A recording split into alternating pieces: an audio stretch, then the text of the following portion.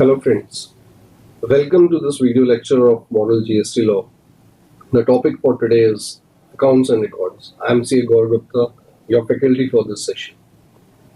The topics which we will be covering in today's presentation are persons who are required to maintain accounts and records under the proposed law, places where such records or accounts are required to be maintained, details which are required to be maintained in accounts and records, period of retention of such records and accounts, requirement of audit of such records and accounts, notified category of persons as may be required specific provision under the proposed law.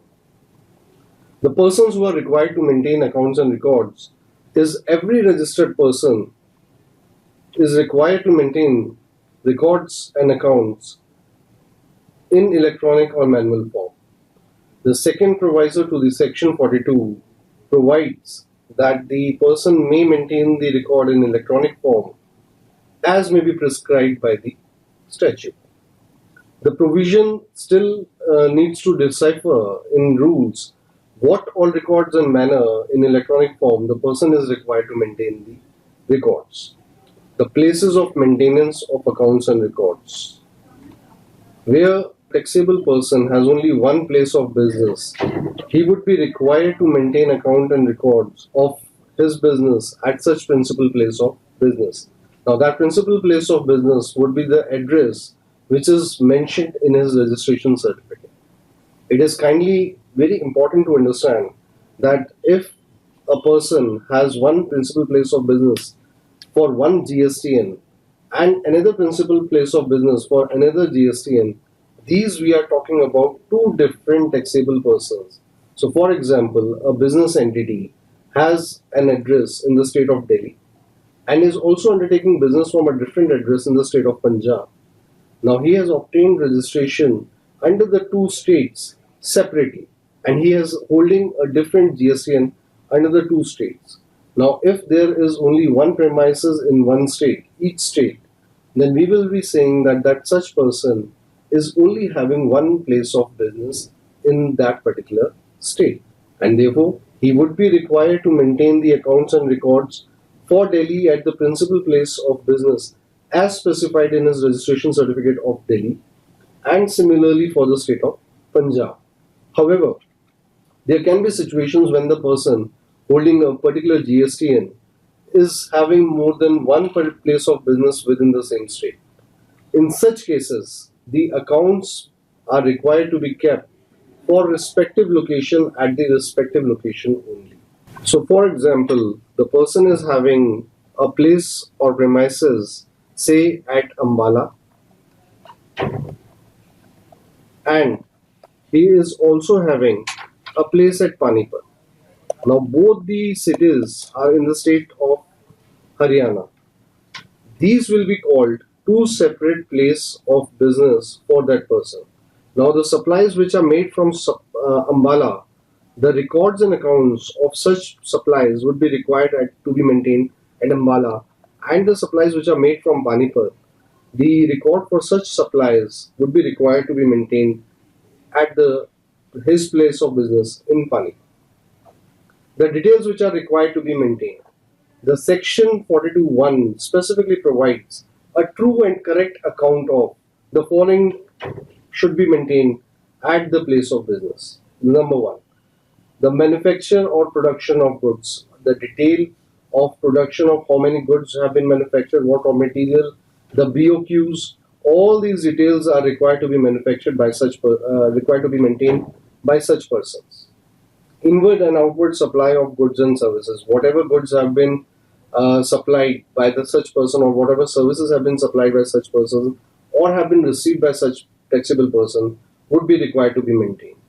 The stock of goods, so at any given point of time, the stock of goods as is available with that such person would be required to be maintained by such taxable person. Input tax credit avail, whatever input tax he has availed on the inputs, capital goods or the input services as has been received from his vendors, such taxable person would be required to maintain complete details regarding such input tax. So he might be required to maintain the detail of the GST of such person, the value of such supplies, the tax which he has availed on such supplies and any other details which the government might prescribe. Output tax payable and paid. So there are supplies which he has made on the output side also.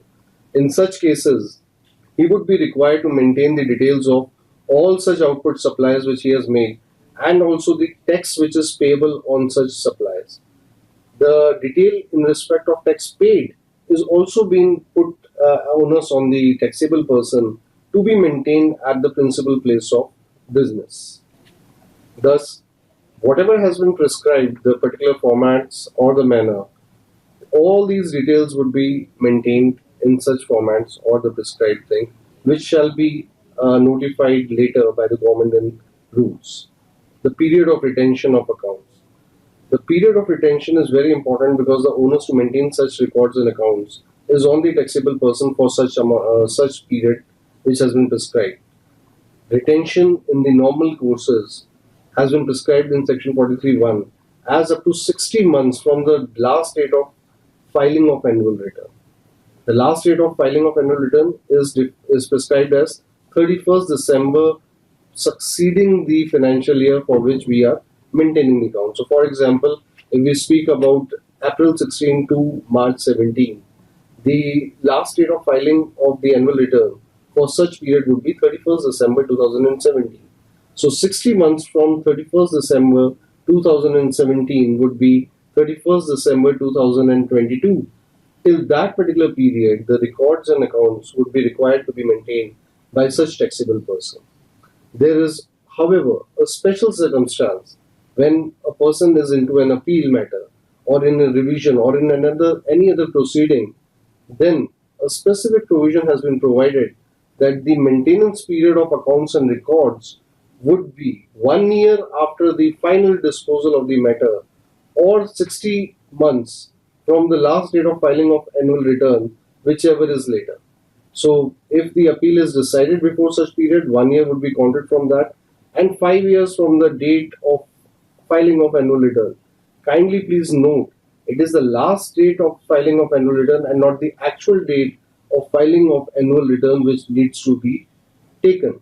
So, a person might file his annual return on say 30th of September, but his last date of filing of annual return was 31st of December, and accordingly, the 5 year period will not be computed from 30th of September but from 31st of December. It is also now pertinent to mention that in the proviso where there is an appeal or any proceedings and specific period has been provided of 1 year for such particular cases, the records which are required to be maintained beyond the period of 60 months would only be the records which are pertaining to the subject matter of that particular appeal or revision or any other proceeding. So if 60 months have lapsed from the last date of filing of annual return, then he is only required to maintain the specific records pertaining to the matter in appeal or revision or that specific proceedings.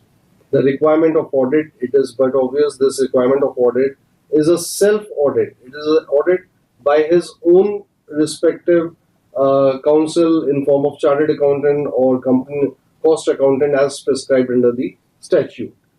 The turnover will be prescribed by the government, above which the person would be required to get his accounts and records audited by a chartered accountant or a cost accountant and would be required to submit a copy of the account statement and reconciliation statement to the proper officer.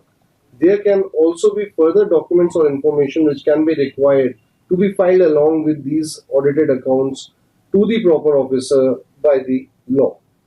So, the requirement of maintenance of records is actually across for all the taxable persons. However, there have been specific powers which have been given under the statute for prescription of special records. The section 42, subsection 3 provides that the commissioner or the chief commissioner may notify a class of person to maintain additional records or documents as he thinks necessary for those particular class of people.